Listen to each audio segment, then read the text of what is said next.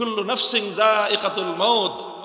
আল্লাহ পাক রব্বুল আলামিন যখন ইসরাফিল আলাইহিস সালাতু ওয়াস সালাম সিংহায় ফুৎকার করবেন, সিংহায় ফুৎকারে तमाम পৃথিবী লণ্ডভণ্ড হয়ে যাবে, সমস্ত মানুষ ধ্বংসপ্রাপ্ত হয়ে যাবে, মহাপ্রলয় ঘটে যাবে, আসমান ভেঙে পড়বে, পাহাড়গুলো বালুর মতো তুলার মতো উঠতে থাকবে।